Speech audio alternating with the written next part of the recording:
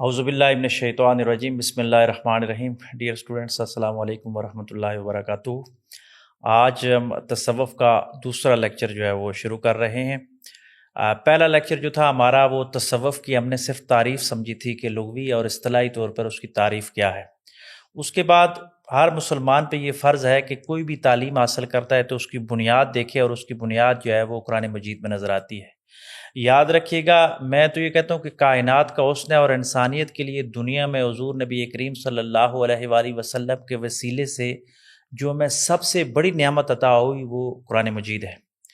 اور کائنات کے آخری انسان یا صبح قیامت تک جو بندہ بھی ہدایت لینا چاہے گا تو اس ہدایت کی جو بنیاد ہے وہ قرآن مجید ہی رہے گی۔ یعنی آپ فقہ کا علم حاصل کرتے ہیں تو اس کے لیے بھی آپ کو قرآن مجید کی طرف جانا پڑے گا۔ تفسیر کا علم تو ہے ہی براہ راست قرآن کی تشریحات۔ ایون حدیث کے حوالے سے بھی محدثین نے جب بات کی تو انہوں نے کہا کہ وہ حدیث جو قرآن سے ٹکراتی ہو تو اس حدیث کی سند پہ شک ہوتا نظر آتا ہے، اور اس کو وہ چھوڑ دیتے ہیں محدثین۔ تو تصوف بھی وہی تصوف ہے ہمیں جو قرآن مجید سے نظر آتا ہے، اور ہم تصوف کو قرآن کی نظر میں دیکھنے کی کوشش کریں گے کہ قرآن کیا کہتا ہے۔ اور میں بڑی خوبصورتی کے ساتھ آپ کو بتاؤں کہ جس طرح میں نے پہلے لیکچر میں غار حرا کی خلوتوں کا ذکر کیا تھا، تو حقیقت میں ہمارا اسلامی تصوف غار حرا میں پہلی جو وحی ہے وہاں سے شروع ہو جاتا ہے۔ آپ اس کو اس زاویے سے دیکھیے گا کہ حضور نبی کریم صلی اللہ علیہ وآلہ وسلم پہ جب پہلی وحی آتی ہے تو جبریل علیہ السلام کہتے ہیں اقرا، آپ پڑھیے، تو حضور علیہ الصلوۃ والسلام نہیں پڑھتے۔ دوسری دفعہ پھر کہا کہ اقرا پڑھیے، نہیں پڑھتے۔ تیسری دفعہ جب اقرا باسم ربک الذی خلق کہا گیا کہ پڑھ اپنے رب کے نام سے، تو پھر حضور علیہ الصلوۃ والسلام نے پڑھا۔ اس کی مختلف تفاسیر ہیں، لیکن صوفیانہ طرز پہ دیکھا جائے تو صوفیاء کہتے ہیں کہ حضور علیہ الصلوۃ والسلام نے بتایا کہ صرف اقرا سے بات نہیں بنتی، صرف پڑھنے سے بات نہیں بنتی، قیامت تک پڑھنا وہی افضل ہے جو اللہ کے نام کے ساتھ پڑھا جائے۔ اللہ کے نام سے مراد یہ کہ وہی علم کارآمد ہے جو آپ کو اللہ تک لے جائے۔ اس کے علاوہ جتنے علم ہے وہ فن کے زمرے میں تو آ سکتے ہیں، آپ کو دنیاوی فائدہ تو دے سکتے ہیں، لیکن باطنی یا اخروی فائدہ آپ کو نہیں دے سکتے۔ تو قرآن مجید کی سب سے پہلی جو دلیل صوفیاء کی بنتی ہے وہ پہلی وہی ہے کہ وہ خلوتوں کے اندر آتی ہے، تسخیر ذات کے سفر کی ہمیں ایک آگاہی دیتی ہے کہ غار حرا میں بیٹھ کر وہی آنا، یہ بھی صوفیاء کے حوالے سے صوفیاء کی خانقاہ کا ایک کنسپٹ کلیئر ہو جاتا ہے کہ صوفی خلوتوں میں بیٹھ کر رب کو یاد کرتے ہیں۔ جس طرح وہاں پہ وحی آتی ہے، اس طرح یہاں پہ صوفیاء کے باطن کے اثرات کھلنا شروع ہو جاتے ہیں حضور علیہ الصلوۃ والسلام کے فیضان نبوت سے۔ اور پھر وہ صوفی اگر صرف وہاں کوئی اور چیز پڑھ رہا ہے، کوئی اور پریکٹس کر رہا ہے جو اللہ کے نام والی نہیں ہے، تو وہ اس کو کبھی بھی فائدہ نہیں پہنچائے گی۔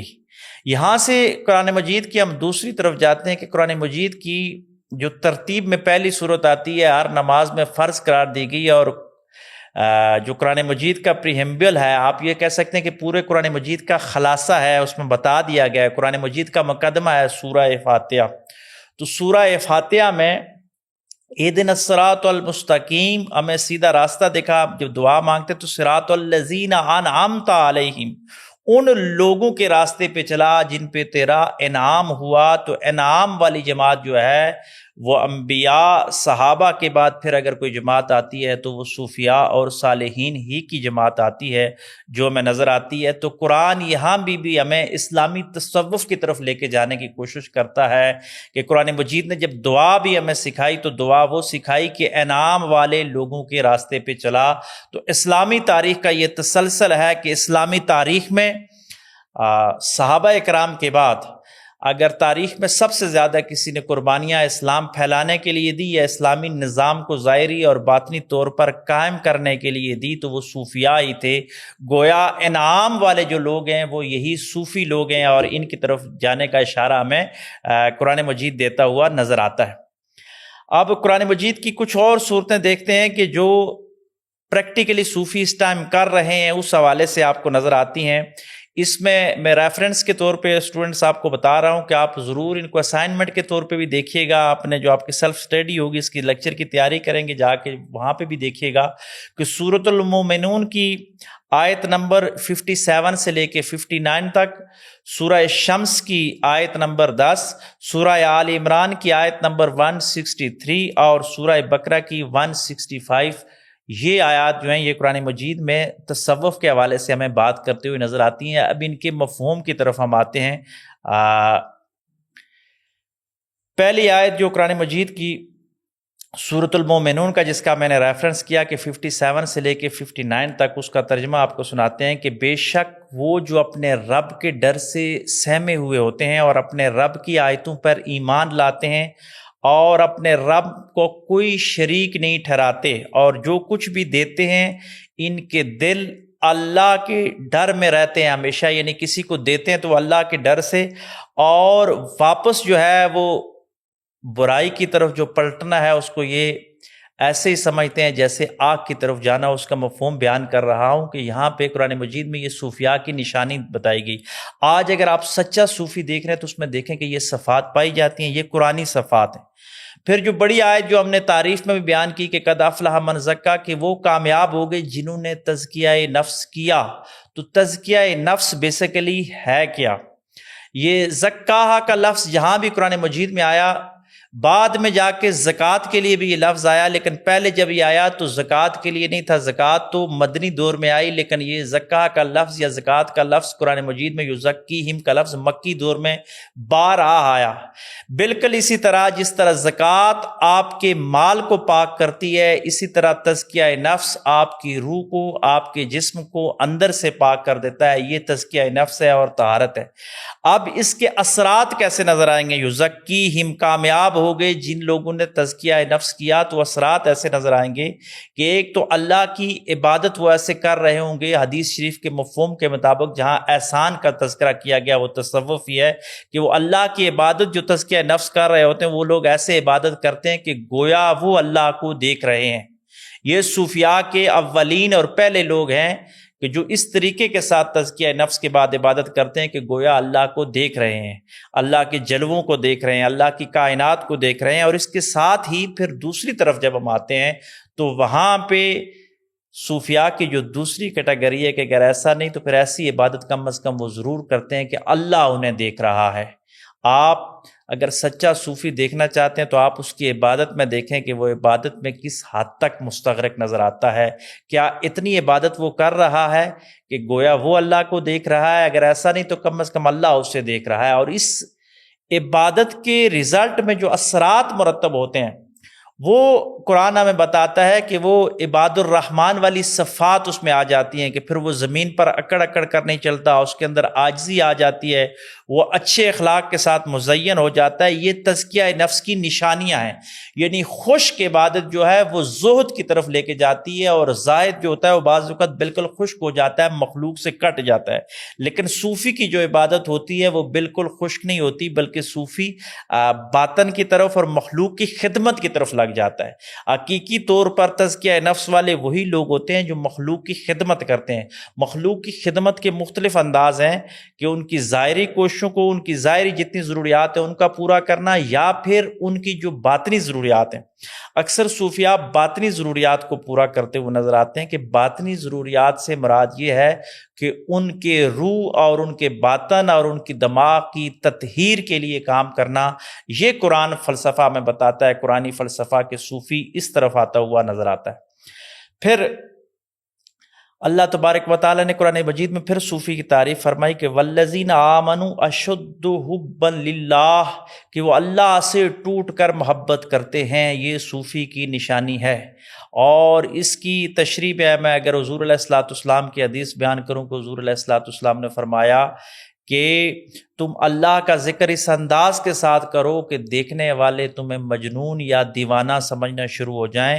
تو پھر یہ بات نظر آتی ہے کہ جو لوگ اللہ کے ساتھ ٹوٹ کر محبت کرتے ہیں وہی لوگ جو ہے وہ اللہ کا ذکر بھی ٹوٹ کر کرتے ہیں۔ یہ محبت کرنے والوں کی نشانیاں ہوتی ہیں۔ اور پھر اللہ سے جو محبت کرتے ہیں، محبت کی ایک اور نشانی ہے کہ محبت اظہار مانگتی ہے، محبت ذکر مانگتی ہے۔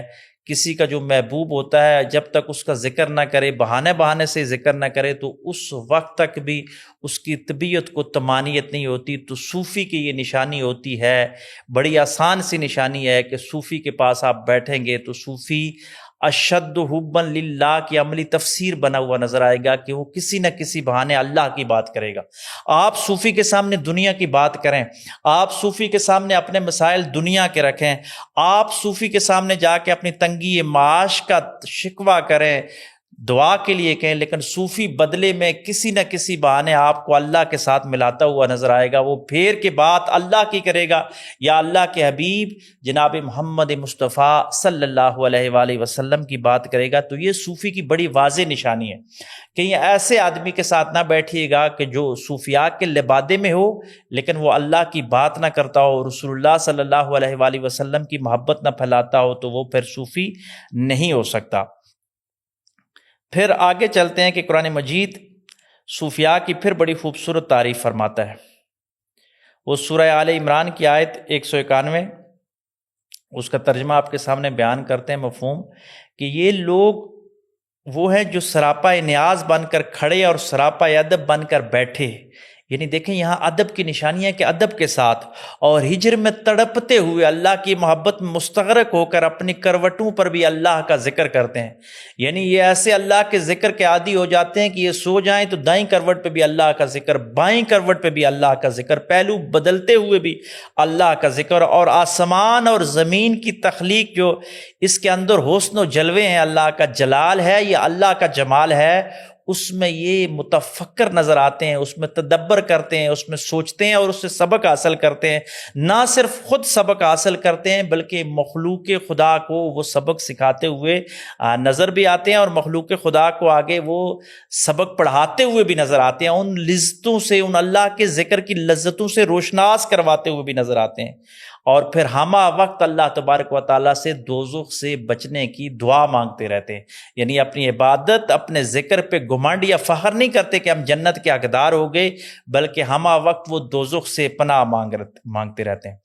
پھر قرآن مجید کی اگلی آیت سورۃ الانفال کی یہ آیت ہے کہ ایمان والے تو صرف وہی لوگ ہیں، اس کا مفہوم بیان کر رہا ہوں، جن کے سامنے اللہ کا ذکر کیا جائے تو ان کے دل اس کی عظمت و جلال کے تصور سے، یعنی اللہ کے جلال اور جمال کے تصور سے لرز جاتے ہیں، اور ان پہ آیات تلاوت کی جائیں تو کلام محبوب کے لذت انگیز اور حلاوت آفرین باتوں سے ان کی ایمان میں زیادتی ہوتی ہے، اور ہر حال میں اپنے رب پر توکل قائم رکھتے ہیں اور کسی غیر کی طرف نہیں تکتے۔ یعنی اس کے مفہوم پہ آپ جائیں تو صوفی کی یہ نشانی نظر آتی ہے کہ صوفی اللہ کے ذکر میں ایسے خوش ہوتا ہے جیسے مچھلی جو ہے وہ پانی کے اندر رہتی ہے، پانی سے ہٹا دی جائے تو اس کی موت ہو جاتی ہے۔ صوفیاء بھی ظاہری طور پر اپنی موت سمجھتے ہیں کہ وہ اللہ کے ذکر سے دور ہو جائیں۔ اور پھر جہاں پہ بھی صوفی کی ایک اور نشانی میں بڑی واضح آپ کو بتا دوں قرآن کی روشنی میں، کہ قرآن یہ کہتا ہے کہ صوفی کے سامنے قرآن کی آیتیں پڑھیں، صوفی کے سامنے آپ قرآن کی باتیں کریں تو صوفی کھلکھلانا شروع ہو جائے گا، وہ خوش ہونا شروع ہو جائے گا۔ اور جو جعلی صوفی ہے اس کے سامنے اگر آپ قرآن کی باتیں کریں، آپ حدیث کی باتیں کریں تو وہ پریشان ہونا شروع ہو جائے گا۔ آپ سمجھ لیجئے کہ وہ صوفی نہیں ہے۔ صوفی حقیقت میں وہی ہے جو قرآن کے ظاہر اور باطن کے ساتھ اپنے آپ کو مربوط اور مضبوط کر لیتا ہے، وہ صوفی ہوتا ہے۔ اور پھر اللہ کی آیات اس کے ایمان میں زیادتی بھی کرتی ہیں اور ہر حال میں اللہ کا توکل کرتا ہے۔ یہ بھی صوفی کی ایک بڑی نشانی ہے۔ کچھ لوگ جو ہوتے ہیں، انسان ہوتا ہے، انسانی جبلت میں ہے کہ بہار ہو کہ خزاں ہو، کچھ لوگ بہار میں خوش ہوتے ہیں، کچھ خزاں میں ہوتے ہیں، لیکن اقبال نے تعریف کی کہ بہار ہو کہ خزاں، لا الہ الا اللہ، اس کا مفہوم بیان کر رہا ہوں اس شعر کا، خودی کی جو تعریف کرتے ہوئے نظر آتے ہیں کہ صوفی توکل قائم رکھتا ہے۔ اگر اس پہ فاقہ آ جائے، صوفی پہ غربت آ جائے، صوفی پہ تونگری آ جائے، صوفی کے کوئی دنیاوی مسائل آ جائیں تو ان آزمائشوں پہ وہ خوش ہوتا ہے اور اللہ کے توکل میں راضی رہتا ہے۔ ایسا نہیں ہے کہ وہ گلہ شکوہ کرنا شروع کر دیتا ہے یا اپنے معمولات کو چھوڑ دیتا ہے۔ تو بہادر شاہ ظفر کا ایک بڑا خوبصورت شعر ہے کہ ظفر آدمی نہ جانیے گا اس کو، چاہے جتنا بھی ہو صاحب زیب فہم و فقہ، جسے عیش میں یاد خدا نہیں، جسے تیش میں خوف خدا نہیں۔ تو صوفی فراوانی میں بھی یاد خدا میں رہتا ہے، اور جب صوفی پہ جلال آتا ہے یا صوفی پہ خود مشکلات آتی ہے تو وہاں تیش میں بھی وہ رب کو کبھی نہیں بھولتا۔ یہ سچے صوفی کی نشانیاں جو ہیں یہ قرآن مجید بیان کرتا نظر آتا ہے۔ اور یہاں میں اگر صوفیاء کے امام اور مغرب میں ویسٹ میں سب سے زیادہ پڑھے جانے والے صوفی مولانا جلال الدین رومی، جن کی مثنوی ہے، ان کا حوالہ نہ دوں تو بات بنتی نہیں ہے کہ رومی اپنی ایک مثنوی کی ایک عقائد میں بیان کرتے ہیں کہ یہ جو پروانہ لائٹ کے اوپر جلتا ہے، آ کے آپ دیکھیں جو ہی لائٹ جلتی ہے گاؤں دیہاتوں میں یا کہیں اوپن ایریے میں، تو پروانے آ کے اس کے اوپر جھولنا شروع کر دیتے ہیں۔ یہ اس کے عاشق ہوتے ہیں، اس پہ اپنی جان دے دیتے ہیں۔ کہتے ہیں پروانوں کے اندر ایک 2 نمبر پروانہ داخل ہو گیا جو جھوٹا پروانہ تھا، وہ بھی کہتا تھا کہ میں شمع کا عاشق ہوں۔ تو ان پروانوں نے کہا کہ اس کو جانچتے ہیں، تو اس کو کہا کہ جاؤ دیکھ کے آؤ کہ فلاں محلے میں شمع روشن ہوئی ہے کہ ہم اس پہ آ کے قربان ہونا شروع ہو جائیں۔ تو وہ گیا تو اس نے دور سے جا کے دیکھا شمع روشن تھی، واپس آ کے پروانوں کو کہتا ہے کہ فلاں جگہ پہ شمع روشن میں دیکھ کے آیا ہوں، آؤ وہاں پہ چلتے ہیں۔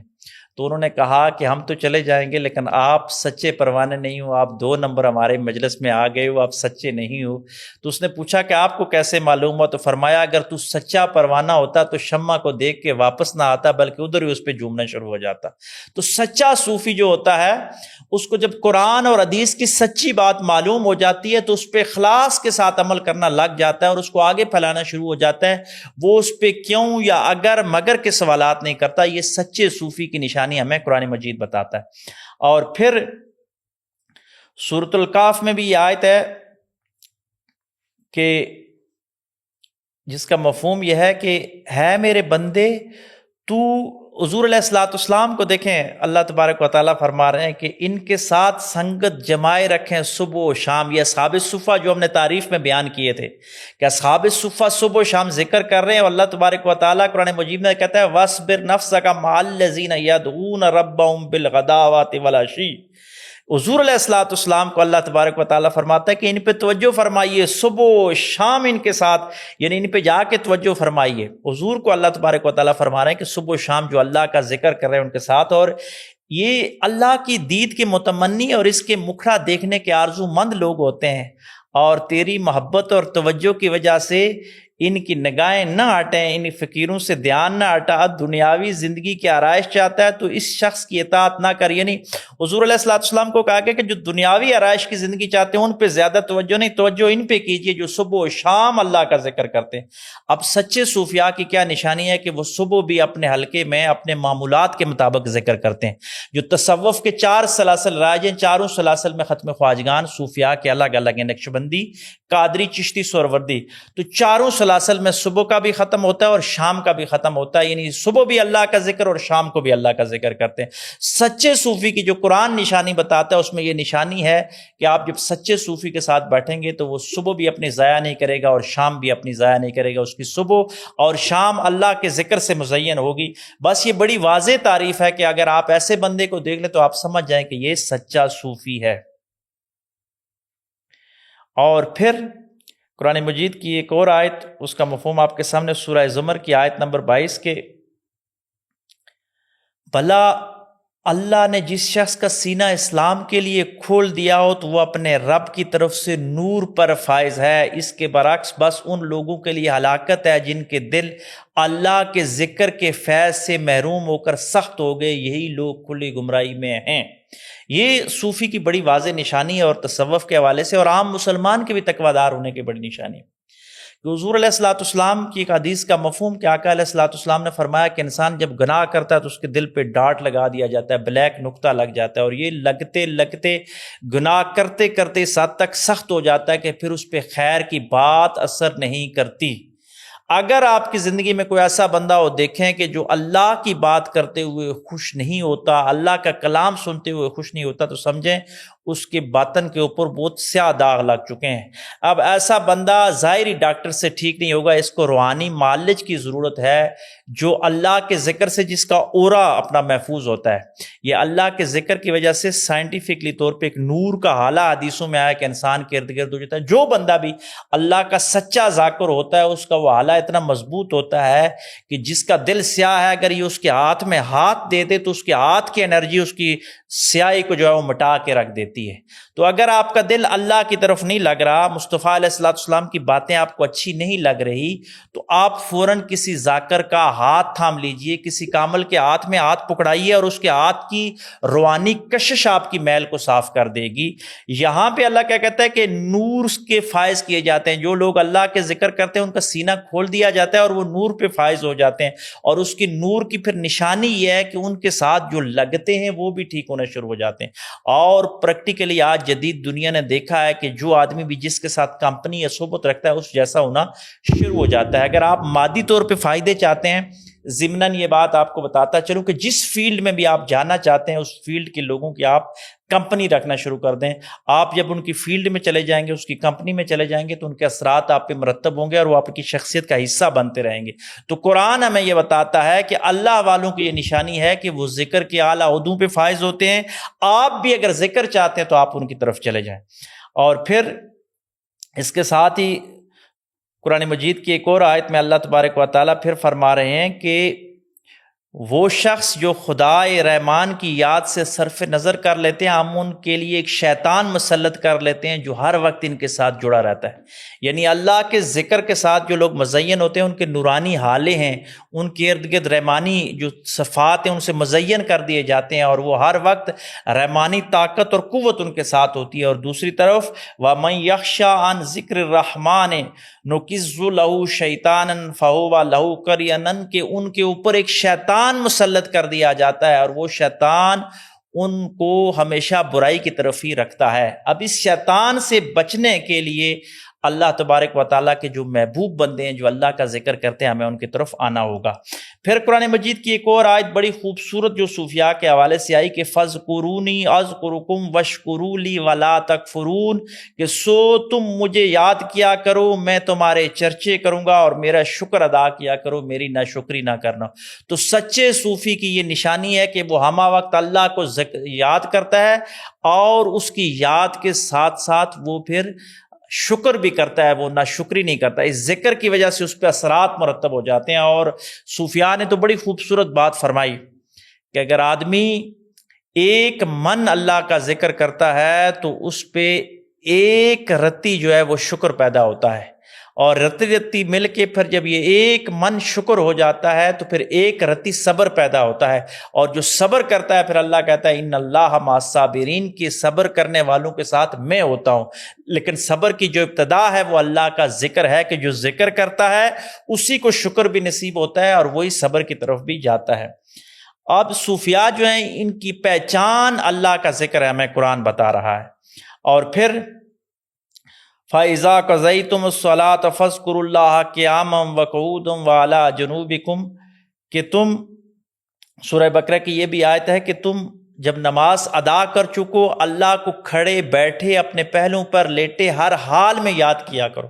تو دیکھیں عام مسلمان اور صوفی میں یہ فرق ہے کہ عام مسلمان نماز پڑھتا ہے اور باہر دنیا کے کاموں میں لگ جاتا ہے، لیکن صوفی اللہ کی نماز پڑھنے کے ساتھ ساتھ فرض ادا کرنے کے بعد بھی اللہ کے ذکر کے ساتھ لگا رہتا ہے، اور اللہ کے ذکر سے مزین ہونا شروع ہو جاتا ہے، اور وہ زیادہ اللہ کا ذکر کرتا ہے اور ہر حال میں اللہ تبارک و تعالیٰ کا ذکر کرنا شروع ہو جاتا ہے۔ اور پھر اللہ تبارک و تعالیٰ نے صوفیاء کے حوالے سے ہی کہ اے ایمان والو، جب دشمن کی کسی فوج سے تمہارا مقابلہ ہو تو ثابت قدم رہا کرو اور اللہ کو کثرت سے یاد کیا کرو تاکہ تم فلاح پا جاؤ۔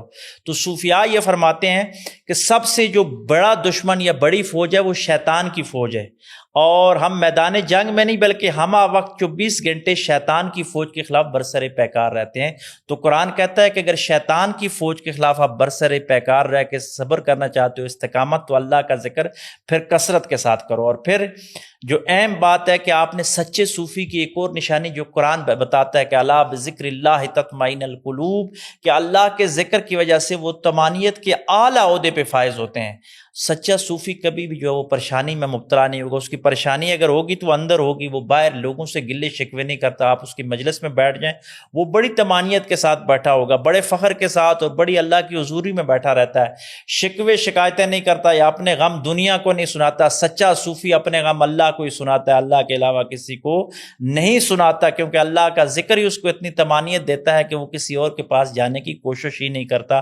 اگر کوئی صوفی آپ کو مل جائے جو اپنی پریشانیاں آپ کے ساتھ شیئر کرے تو آپ سمجھیں کہ یہ وہ صوفی نہیں ہے, کیونکہ اگر سچا صوفی ہوتا تو اللہ تبارک و تعالیٰ کے ذکر سے اس حد تک مزین ہوتا کہ یہ دنیا کی پریشانیاں ختم کرتا, یہ اپنی پریشانیاں بیان نہ کرتا. کیوں کہ اللہ کا ذکر بڑی چیز ہے. پھر اللہ تبارک و تعالیٰ نے, ہم قرآن مجید کی انہی آیات کے حوالے سے سورۃ الاحزاب میں چلتے ہیں, اس کی آیت 41 میں اللہ تبارک و تعالیٰ فرماتے ہیں یا ایھا الذین آمنوا اذکروا اللہ ذکرا کثیرا وسبحوا بکرۃ واصیلا, کہ اے ایمان والو تم اللہ کا ذکر کثرت سے کرو اور صبح و شام اس کی تسبیح کرو. تو ایمان والے حقیقی معنوں میں صوفیاء ہی ہیں, جس طرح میں نے پہلے بتایا کہ وہ صبح و شام ہمہ وقت ہر وقت اللہ تبارک و تعالیٰ کے ذکر میں مستغرق رہتے ہیں. اور پھر سورہ جمعہ کی وہ مشہور آیت کہ یا ایھا الذین آمنوا اذا نودی للصلاۃ من یوم الجمعۃ فاسعوا الی ذکر اللہ وذروا البیع ذلکم خیر لکم ان کنتم تعلمون فاذا قضیت الصلاۃ فانتشروا فی الارض وابتغوا من فضل اللہ واذکروا اللہ کثیرا لعلکم تفلحون. یہ پوری آیت کا مفہوم اگر آخر میں دیکھا جائے تو نماز جمعہ کے بعد کچھ لوگ اللہ کا فضل تلاش کرنے کے لیے معاش کی طرف نکل جاتے ہیں, لیکن اللہ آخر میں کہتا ہے کہ اللہ کو کثرت سے یاد کیا کرو تاکہ تم فلاح پا جاؤ. تو سچے صوفیاء جو ہوتے ہیں وہ جمعے کی نماز کے بعد بھی اللہ تبارک و تعالیٰ کو یاد کرتے ہیں قرآن مجید کی آیت تشریح اس کی تفسیر کی روشنی میں. تو آج بھی سچے صوفیاء کا اگر آپ نے دیکھنا ہے کہ سچا صوفی کہاں ہے تو اس کے پیچھے کہیں جمعہ پڑھ لیں, تو جمعہ پڑھنے کے بعد اگر اس نے اللہ کی یاد کی کثرت کے ساتھ تو سمجھ لیں کہ وہ اللہ کے صوفیاء میں شمار ہوتا ہے. پھر سورۃ المنافقون کی آیت ہے یا ایھا الذین آمنوا لا تلہکم اموالکم ولا اولادکم عن ذکر اللہ ومن یفعل ذلک فاولئک ھم الخاسرون. اے ایمان والو تمہارے مال اور تمہاری اولادیں کہیں تمہیں اللہ کے ذکر سے غافل نہ کر دیں, جو شخص ایسا کرے گا تو وہی لوگ نقصان اٹھانے والے ہیں. اس کی الٹ میں جو فائدہ پانے والے ہیں وہ صوفی ہیں کہ وہ اپنی مال اور اولاد کی وجہ سے اللہ کے ذکر سے غافل نہیں ہوتے. سچے صوفی کے اگر آپ گھر چلے جائیں, اس کی مجلس میں چلے جائیں تو اس کی خوشی کی تقریب ہوگی, شادی کی تقریب ہوگی تو پھر بھی وہ اللہ کا ذکر ہی کرے گا. اور اس کے ہاں اگر ماتم ہے, غم ہے تو پھر بھی وہ اللہ کا ذکر کرے گا. اس کے ہاں اگر بچے کی پیدائش ہے تو پھر بھی وہ اللہ کا ذکر ہی کرے گا. اس کے ہاں اگر کوئی لاس ہو گیا تو پھر بھی وہ اللہ کا ذکر ہی کرے گا. اور اگر پرافٹ ہو گیا تو پھر بھی وہ اللہ کا ذکر ہی کرے گا. یہ قرآن ہمیں بتاتا ہے. ہم اگر اس مخالف سے دیکھیں کہ غافل دلوں کے بجائے صوفیاء کے جو دل ہوتے ہیں وہ اللہ کے ذکر والے ہوتے ہیں. ان آیات کے علاوہ اور بھی بہت سی آیات ہیں جو تصوف کی صراحت سے ملتی ہیں, لیکن میں نے سپیسیفک ذکر والی آیات اس لیے لی کہ صوفیاء کے ساتھ ذکر مزین کر دیا گیا. آج 21ویں صدی کے اندر ذکر کے فضائل ہر جگہ بیان ہو رہے ہیں, لیکن اگر کوئی ذکر کرنے کی جگہ آپ کو ملتی ہے تو وہ صوفیاء کی خانقاہیں, صوفیاء کے آستانے ہی آپ کو ملتے ہیں, جہاں آپ ذکر کی حلاوتیں پا کر اپنے نورانی حالوں کو مضبوط کر سکتے ہیں. آگے جا کے اگلے سمسٹر میں ہم اورا کے حوالے سے بھی پڑھیں گے کہ اب جدید سائنس نے بھی ثابت کر دیا کہ انسانی باڈی کے ارد گرد ایک نورانی حالہ بن جاتا ہے, شعاؤں کا, انرجی کا. وہ اللہ کے ذکر سے بنتا ہے اور انسان کو محفوظ کرنا شروع کر دیتا ہے, جو پازیٹیو انرجی ہے. اور ایول انرجی جو شیطان کی انرجی ہے وہ تو نیگیٹو انرجی ہے, اس کے حوالے سے بھی ہم کہیں نہ کہیں بات جا کے کریں گے. لیکن یاد رکھیے گا پازیٹیو انرجی کا بڑا سورس جو ہے وہ اللہ کا ذکر ہے. اور اللہ کے ذکر کے حوالے سے قرآن مجید میں 360 سے زائد مقامات کے حوالے اوپر اس حوالے سے بات کی گئی. اور پازیٹیو انرجی کا مقصد اللہ کا ذکر, اس کا مرکز اللہ کا ذکر. اور پازیٹیو انرجی کا اگر آپ کے پاس ذکر نہیں ہے تو ذکر کرنے والے جو ذاکرین ہیں وہ پازیٹیو انرجی کا ایک مخصوص مرکز ہوا کرتے ہیں. آپ ان کے ساتھ بیٹھ جائیں گے تو وہ آپ کو بھی بڑا فائدہ پہنچائیں گے اور آپ کے اندر پازیٹیو انرجی داخل ہونا شروع ہو جائے گی اور آپ بھی ان کی صحبت میں آنا شروع ہو جائیں گے اور ذکر کی طرف آ جائیں گے. یہ آج کی جو ہماری یہ نشست ہے اس میں ہم نے قرآنک وے آف تصوف بتایا ہے کہ صوفیزم کا والا قرآن مجید نے کیسے دیا. میں نے کنکلوڈ کرتے ہوئے اگر آپ کو بتاؤں تو یہ بتایا جا سکتا ہے کہ غار حرا سے تصوف اسلامی تصوف کی ابتدا ہوگی، کیونکہ ہمارا کورس جو ہے اسلامک تصوف ہے. تو اسلامک تصوف کی بڑی واضح مثال کہ اقرا باسم ربک الذی خلق کہ حضور علیہ الصلوۃ والسلام نے پہلی آیت میں بتا دیا کہ علم وہی ہے جو اللہ سے ملا دے. تو صوفیاء کے ہاں اللہ سے ملانے کی ہی پریکٹس کی جاتی ہے ذکر کے تھرو.